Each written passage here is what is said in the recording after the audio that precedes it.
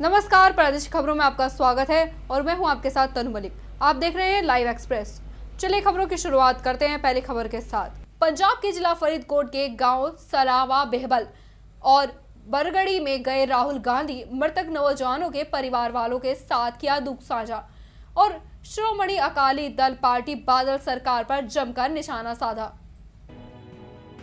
उन्होंने कहा कि जब मैं पिछली बार आया था तब मैंने कहा था कि पंजाब का युवा नशे में फंसता जा रहा है, तब मेरी मजाक बनाया गया था। और अब दूसरा उन्होंने कहा कि किसान जितनी रकम फसल पर लगाता है उससे कम उसको कमाई होती है, किसानों की मदद सरकार को करनी होगी। राहुल का कहना है कि मेरे यहाँ आने का पहला मकसद पीड़ित परिवार से मिलना और दूसरा मकसद कांग्रेस पार्टी के सभी नेताओं को एक करना है। वे 2017 के चुनाव में आप सबकी मदद से जीत हासिल करना है।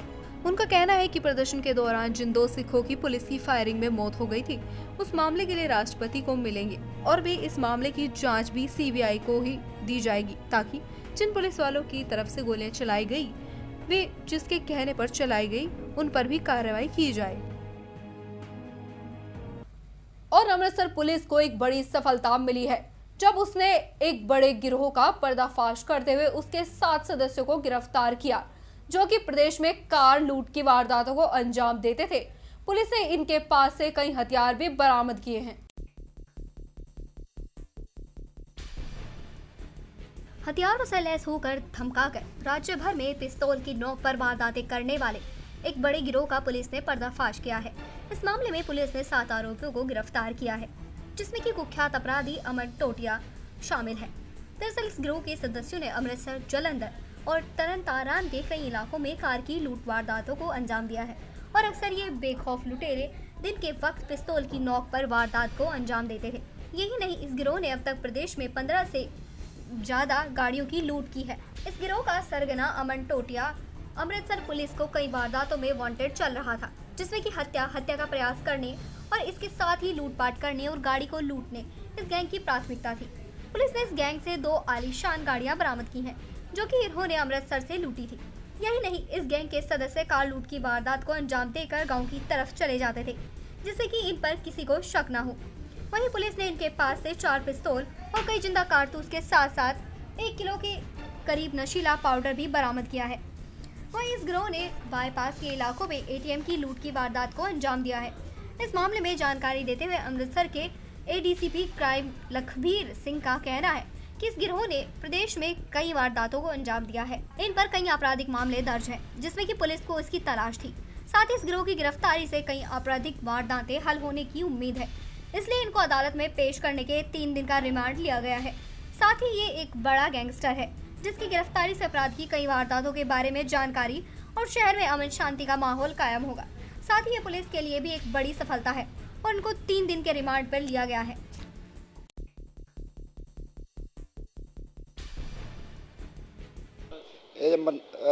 कमिश्नर साहब ਦੀਆਂ ਹਦਾਇਤਾਂ ਮੁਤਾਬਕ ਦੀਵਾਲੀ ਦੇ ਤਿਉਹਾਰ ਨੂੰ ਮੁੱਖ ਰੱਖਦਿਆਂ ਹੋਇਆ ਸ਼ਹਿਰ ਵਿੱਚ ਸਪੈਸ਼ਲ ਨਾਕਾਬੰਦੀ ਕੀਤੀ ਗਈ ਸੀ, ਜੋ ਮੁਖਬਰ ਖਾਸ ਦੀ ਇਤਲਾਹ ਤੇ ਅਮਨਦੀਪ ਸਿੰਘ ਟੋਟੀਆਂ ਗੈਂਗਸਟਰ ਜਿਹੜਾ ਕੱਲ ਫੜਿਆ ਗਿਆ ਵਾ, ਉਹ ਕਾਫੀ ਕੋਈ ਸ਼ਹਿਰ 'ਚ ਲੁੱਟ ਖੋਹ ਡਕੈਤੀ ਕਰਨ ਦੀ ਤਿਆਰੀ ਕਰ ਰਿਹਾ ਸੀ। ਉਹਦੇ ਨਾਲ ਹੋਰ 6 ਮੈਂਬਰ ਗਰੋਹ ਦੇ ਨਾਲ ਸੀ, ਜਿਨ੍ਹਾਂ ਨੂੰ ਕਾਬੂ ਕਰਕੇ ਅਮਨਦੀਪ ਸਿੰਘ ਟੋਟੀਆਂ ਪਾਸੋਂ 1 rifle 12 bore 10 round 12 bore 2 pistol 32 bore 7 round ਤੇ 1 ਪਿਸਤੌਲ ਦੇਸੀ 2 ਰੌਂਦ 315 ਬੋਰ 1 ਕਿਲੋ ਨਸ਼ੀਲਾ ਪਾਊਡਰ 1 ਕਿਲੋ 50 ਗ੍ਰਾਮ ਨਸ਼ੀਲਾ ਪਾਊਡਰ ਤੇ ਗੱਡੀ ਵਰਨਾ ਖੋਈ ਹੋਈ 1 ਮੋਟਰਸਾਈਕਲ ਖੋਇਆ ਬਰਾਮਦ ਕੀਤਾ ਵਾ। ਪੁੱਛਗਿੱਛ ਦੌਰਾਨ ਹੋਰ ਵੀ ਕਾਫੀ ਵਾਰਦਾਤਾਂ ਮੰਨੇ ਆ। सर अगां भी इंक्वायरी की जा रही है ना, होर भी किहड़े काम कीते और किहड़े इलाके फड़े गए? ਇਹ ਇਲਾਕਾ ਸੁਲਤਾਨਵਿੰਡ 'ਚ ਫੜੇ ਗਏ ਆ, ਕੋਟਮੇਲ ਸਿੰਘ ਲਾਗੋਂ ਨਹਿਰ ਤੋਂ, ਤੇ ਹੋਰ ਵੀ ਕਾਫੀ ਵਾਰਦਾਤਾਂ ਮਾਰੀਆਂ ਮੰਨੇ ਨੇ ਇਹਨਾਂ। ਸੁਲਤਾਨਵਿੰਡ ਥੋੜੇ ਦਿਨ ਪਹਿਲਾਂ ਰੇਸ਼ਮ ਸਿੰਘ ਦਾ ਕਤਲ ਵੀ ਕੀਤਾ ਸੀ। ਹੋਰ ਵੀ ਸ਼ਹਿਰ ਵਿੱਚ ਕਾਫੀ ਗੋਲੀ ਚਲਾਈ ਆ। ਇੱਕ ਜੂਆ ਲੁੱਟਿਆ ਸੀ, ਉੱਥੇ ਵੀ ਗੋਲੀ ਚਲਾਈ ਬੀ ਬਲਾਕ ਰੇਲਵੇ ਕਲੋਨੀ ਵਿੱਚ। ਇਹ ਕਾਰ ਜਿਹੜੀ ਵਰਨਾ ਇਹਨਾਂ ਨੇ ਜੰਡਿਆਲਾ ਗੁਰੂ ਦੇ ਥਾਣੇ ਵਿੱਚੋਂ टोल प्लाजा लगो खोई।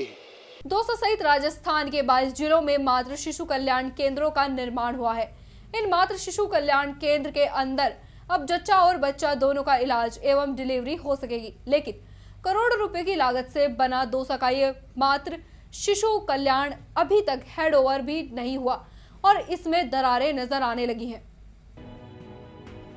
200 के मातृ शिशु कल्याण केंद्र का जायजा लेते हुए दिनेश बसवाल, जो डिप्टी डायरेक्टर है दिल्ली से, और इनके साथ है NRHM के अधिकारी, जिनकी देखरेख में करोड़ों रुपए को खर्च करके इस भवन का निर्माण किया गया है। इसको अभी तक चिकित्सा महकमे के अधीन आने से पहले ही दरारें आ चुकी हैं। दिनेश बसवाल के आने का मकसद भी यही था कि निर्माणाधीन भवन उनके विभाग के अनुसार बना है या नहीं। तो साहब का निरीक्षण पूरा हो गया और इस भवन को पास भी कर दिया गया है। भवन अच्छा सुंदर है, उनके विभाग के नक्शे कदम पर बना है। अब देखो करोड़ों रुपए की सरकारी लागत से बने इस भवन की हकीकत। ये दरारें आपको इस भवन के अंदर जाने से पहले नजर आने लगेंगी, जबकि डिप्टी डायरेक्टर साहब को ये दरारें पूरे भवन के निरीक्षण के समय नजर नहीं आई। पैसा सरकारी है, इसलिए भी साहब को ज्यादा मतलब नहीं है। लेकिन अब आप भी देखो इस भवन को, जहाँ मेरे देश के भविष्य का जन्म होगा और उस भविष्य को जन्म देने वाली माँ अपने आप को कितना सुरक्षित महसूस करेगी। इसका जिम्मा अपनी 200 चिकित्सालय का भी नहीं हुआ, मतलब उद्घाटन बाकी है। और इस भवन पर निगरानी करने वाले सुरक्षा की बात की तो मेंटेनेंस की बात करने लगे। सोचो अब हमारे देश का भविष्य कितना सुरक्षित हाथों में जा पहुंचा है। अब ये बात तो सरकार के सोचने की है कि ये भवन कितना सुरक्षित है। इसका जवाब सरकार ही दे तो अच्छा है।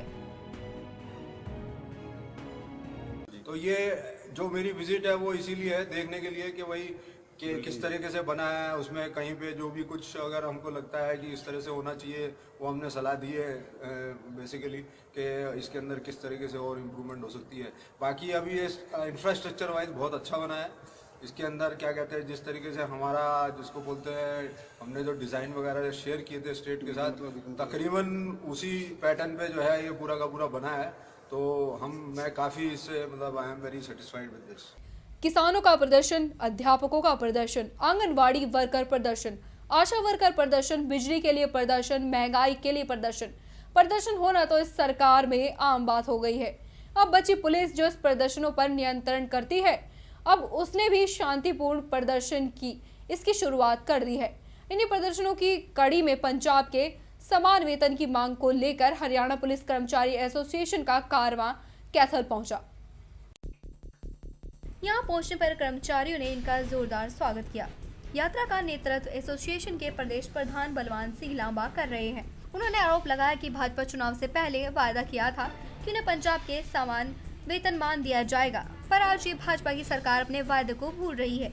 उन्होंने बताया कि हमने अपनी मांग पत्र मुख्यमंत्री हरियाणा और डीजीपी हरियाणा को भेज चुके हैं, जिसमें ड्यूटी पर काम कर रहे कर्मचारियों की मांगे पंजाब के समान वेतन करना, मृतक शहीद पीड़ित परिवारों को 1 करोड़ देना, नए जवानों की भर्ती करना, IRB के पुराने जवानों को जिले में ही तबादले करना, रिटायर्ड कर्मचारियों को पेंशन आर्मी की तर्ज पर देना, हुड्डा के प्लॉटों में कोटा सुनिश्चित करना आदि। उन्होंने बताया कि हरियाणा पुलिस के जवानों को अनुशासन के दायरे में रखकर उनके वास्तविक हकों से महरूम कर रहे हैं। वर्षों से उन्हें अपेक्षाकृत कम मानदेय दिया जा रहा है। इस बारे में जब मनोहर लाल मुख्यमंत्री बने थे तब उन्हें अवगत कराया गया था। इस बारे में सरकार ने 6 माह का समय मांगा था। साल बीत गया, लेकिन उनकी समस्याओं के बारे में कोई संज्ञान नहीं लिया गया। अगर जल्द ही उनकी मांगों को पूरा नहीं किया गया तो एक बड़ा आंदोलन हो सकता है। ये 1 नवंबर हरियाणा दिवस से शुरू करके हमने 11 बजे सिरसा पुलिस लाइन के सामने से चले थे और इसका मुद्दा है हमारे वेतन विसंगतियों को दूर करवाने का। कुछ कर्मचारियों की अदर फैसिलिटीज़, कुछ रिटायरमेंट कर्मचारियों की, कुछ IRBA के कर्मचारी हैं जिनको 15 साल हो गए आर्मड ड्यूटी देते हुए। काफ़ी मुद्दे हैं। सबसे पहला मुद्दा वेतन विसंगतियों का है, जो माननीय हरियाणा सरकार ने, भारतीय जनता पार्टी ने चुनाव 2014 के घोषणा पत्र में बिल्कुल अब इस चीज़ को, मुद्दे को अवॉइड करके काम कर रहे हैं। 1 साल हो चुका है उस बात को। हम सबसे पहले मुख्यमंत्री जी से मिलकर मुबारकबाद दी थी, फिर हमने मांग पत्र दिया, 6 महीनों का समय दिया था, अब 1 साल का समय हो चुका है। हम काफ़ी इंतज़ार करने के बावजूद रोड पर निकले हैं और अपने कर्मचारी साथियों से हर जगह मिलते ज़रूर हैं, लेकिन एक अपील करते हैं, कानून व्यवस्था बनाए रखिए।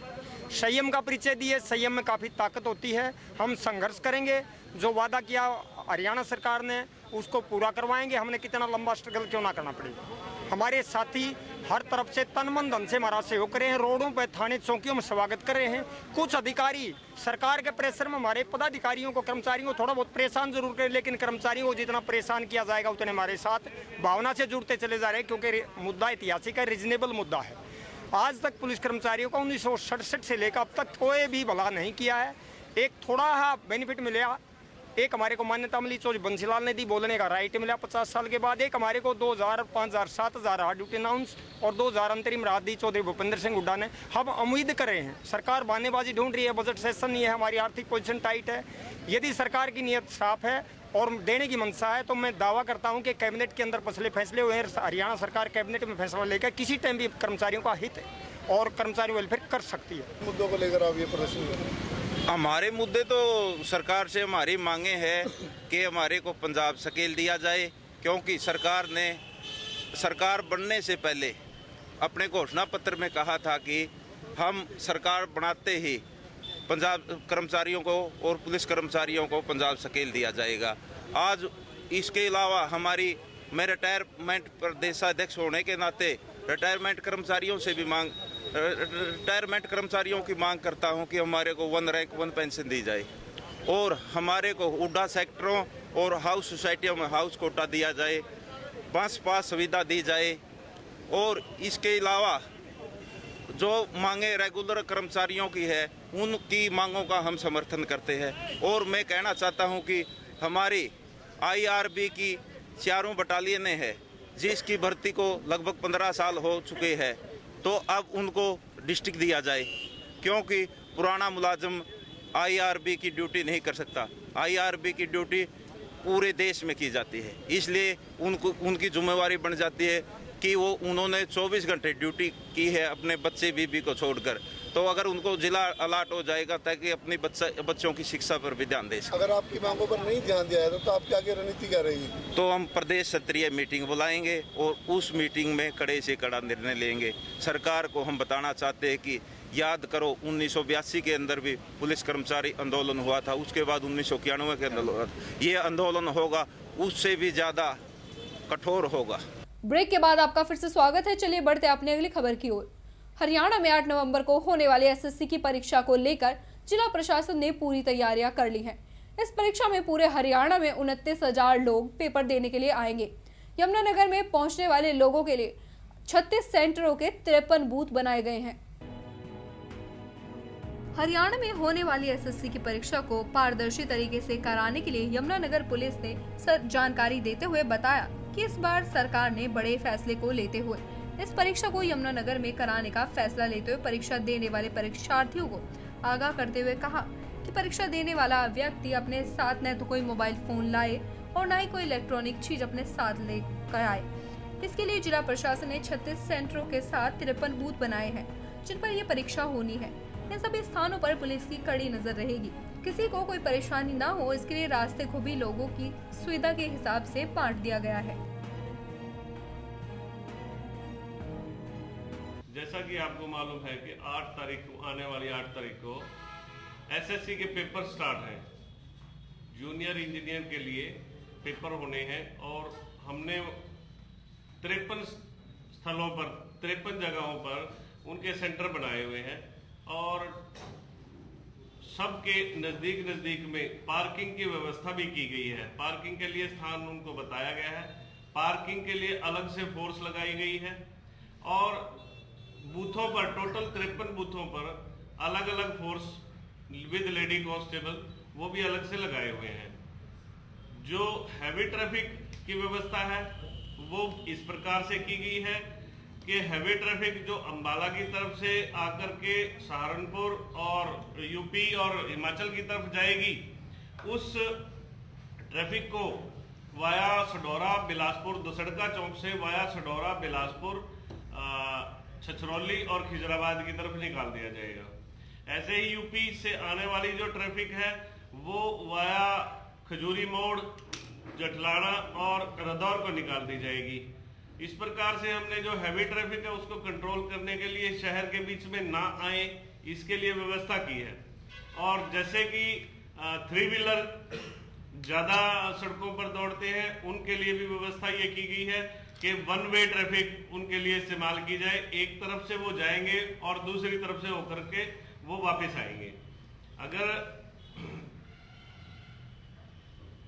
रेलवे स्टेशन और बस स्टैंड है उन पर भी पुलिस तैनात की गई है और जनता से हमारी ये अपील है, कृपया सहयोग करें। हिदायतें क्योंकि पेपर है उसके लिए हिदायतें ये है कि भी कोई भी इलेक्ट्रॉनिक डिवाइस, कोई भी मोबाइल, कोई भी ऐसा अपना उपकरण ना लेकर के आए जिससे नकल हो सके। तो ऐसे में किसी के पास पाया जाता तो कानून बिल्कुल कार्रवाई उस आदमी के खिलाफ जरूर की जाएगी। वैसे भी धारा 144 लगा दी गई है और यदि कोई उसकी उल्लंघना करेगा तो उसके खिलाफ कार्रवाई होगी। संभल में दिन दहाड़े 15 लाख की चोरी, 45 तोले सोना और 1 लाख नगद राशि चोरी कर ली गई। सियासत, सांसद और सपा नेताओं का मौके पर लगा तांता। जनपद संभल चंदोसी कोतवाली क्षेत्र के सुभाष रोड पर इंजीनियर राजीव कुमार के घर पर दोपहर 1 बजे करीब कुछ अज्ञात चोरों ने जमकर तांडव मचाया। चोरों ने घर में रखे लाखों के माल पर हाथ साफ कर लिया। राजीव कुमार का कहना है कि हमारी सेफ अलमारी के अंदर 45 तोले सोना था और 1 लाख से अधिक की नकदी थी। चोर घर की छत से दरवाजा तोड़कर अंदर आए थे। घटना के बाद मौके पर आला पुलिस अधिकारी पहुंचे, साथ ही मौके पर क्राइम ब्रांच की टीम भी पहुंच गई। आपको बता दें कि जिस इलाके में ये चोरी हुई है ये इलाका चंदोसी शहर का सबसे सेफ्टेड इलाका है।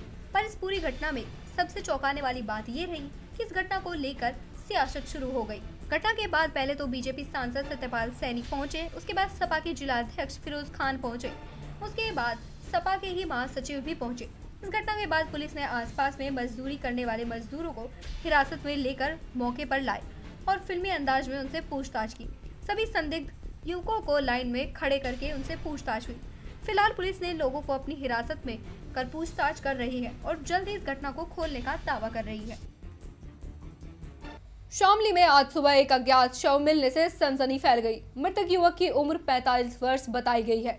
हाथ पर संजीव लिखा है। मृतक की शिनाख्त के लिए काफी लोग इकट्ठा हो गए पर मृतक की कोई शिनाख्त नहीं हो पाई। लाश की एक आंख गायब है जिससे कि लगता है कि लाश को जानवरों ने नोचा है।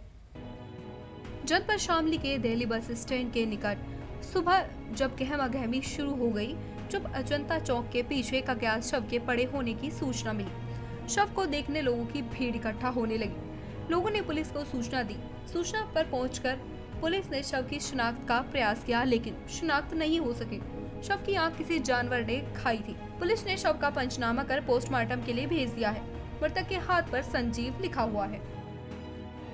कोतवाली शामली क्षेत्र अंतर्गत ये अजंता चौक पड़ता है। सुबह सूचना आई थी कंट्रोल रूम को कि वहाँ पे एक व्यक्ति मृत अवस्था में पड़ा हुआ है। हम लोग तत्काल मौके पे पहुँचे, जाके देखा तो जो व्यक्ति था उसके पास ही सल्फास की गोलियों की एक डिब्बी पड़ी हुई थी जिसमें 2 गोलियां कम थी। इसके अलावा उसके अगर बॉडी पे जब कोई इंजरी मार्क है नहीं, देखने पे पाया कोई इंजरी मार्क नहीं है। बॉडी को हमने पोस्टमार्टम के लिए भिजवा दिया है। तो बॉडी की शिनाख्त नहीं हो पाई है। हालांकि इसके जो दाहिना हाथ है, बाजू है, उस पर इंग्लिश में पूरे कैपिटल लेटर्स में संजीव लिखा हुआ है। वैशाली के मैनार में झकझोर देने वाली घटना सामने आई है। साइकिल चोरी के आरोप में युवक के साथ न सिर्फ उसके साथ मारपीट की गई बल्कि उसके बाल भी मुड़वा दिए गए। घटना महानगर थाना क्षेत्र के शुगरपेठिया की है। बताया जाता है कि चमरहरा गांव के अमर पासवान शुगरपेठिया पर सामान लाने गए थे, तभी उनकी साइकिल वहां से गायब हो गई। खोजबीन करने के दौरान सद्दाम नामक युवक के पास से वो साइकिल मिली। बस फिर क्या था, भीड़ ने अपना इंसाफ वहीं पर सुनाना शुरू कर दिया। युवक के साथ न सिर्फ मारपीट की गई बल्कि उसके साथ घिनौना सलूक भी किया गया। हालांकि बाद में गांव के ही कुछ लोगों के बीच बचाव के बाद इस मामले को शांत कर दिया गया। घटना 2 दिन पहले की है लेकिन कल इसका वीडियो सामने आया। पुलिस कैमरे के सामने कुछ भी बोलने के लिए तैयार नहीं है। बिहार के समस्तीपुर में ऑनर किलिंग का मामला सामने आया है। जिले के विभूतिपुर थाना क्षेत्र के आलमपुर डीही में लड़की के परिजनों ने प्रेमी जोड़े को हत्या कर शव को पेड़ से लटका दिया। मामले का खुलासा तब हुआ जब गांव के लोग सुबह खेत में शौच करने गए और वहां बरगद के पेड़ से लटका हुआ प्रेमी जोड़े का शव दिखा। लड़का लड़की में प्रेम प्रसंग था साल भर पहले तक, जहाँ तक हमको जानकारी है। इसके बाद जब दोनों गार्जियन को कहा गया समझाने के लिए तो दोनों अपना सलट गया जहाँ तक है। इसके बाद हम को कोई जानकारी नहीं है कि लड़की से संपर्क था, बातचीत होता था या नहीं होता था। रात 10-11 बजे तक जहाँ तक हमको जानकारी हो था घर पर ही, और हम लोग सोने के लिए चले गए। इसके बाद वो कहाँ गया, क्या हुआ, ये हमें कुछ पता नहीं है। फिर सुबह क्या जानकारी मिली? सुबह जब 5-6 बजे हम खेत के लिए निकले थे, तब के कोई व्यक्ति फ़ोन से हमको कहा कि ऐसे ऐसे घटना हुआ है, तो पाकर के पेड़ के बीच में लटका हुआ है वहाँ। तो वहाँ पर क्या स्थिति थी? वहाँ गए देखने के लिए, तो देखे जो लड़का का जीव निकला हुआ है, लड़की का आँख खुला हुआ था और दोनों पेड़ से लटके हुए थे। क्या लगता है इस हत्या के पीछे कौन हो सकते हैं? ये तो हम नहीं कह सकते हैं कौन होंगे नहीं होंगे, लेकिन हमको जहाँ तक ये लग रहा है, लगता है कि कोई मार के ही वहाँ लटका दिया। प्रादेशिक खबरों में फिलहाल इतना ही। बाकी तमाम खबरों के लिए आप देखते रहिए लाइव एक्सप्रेस। नमस्कार।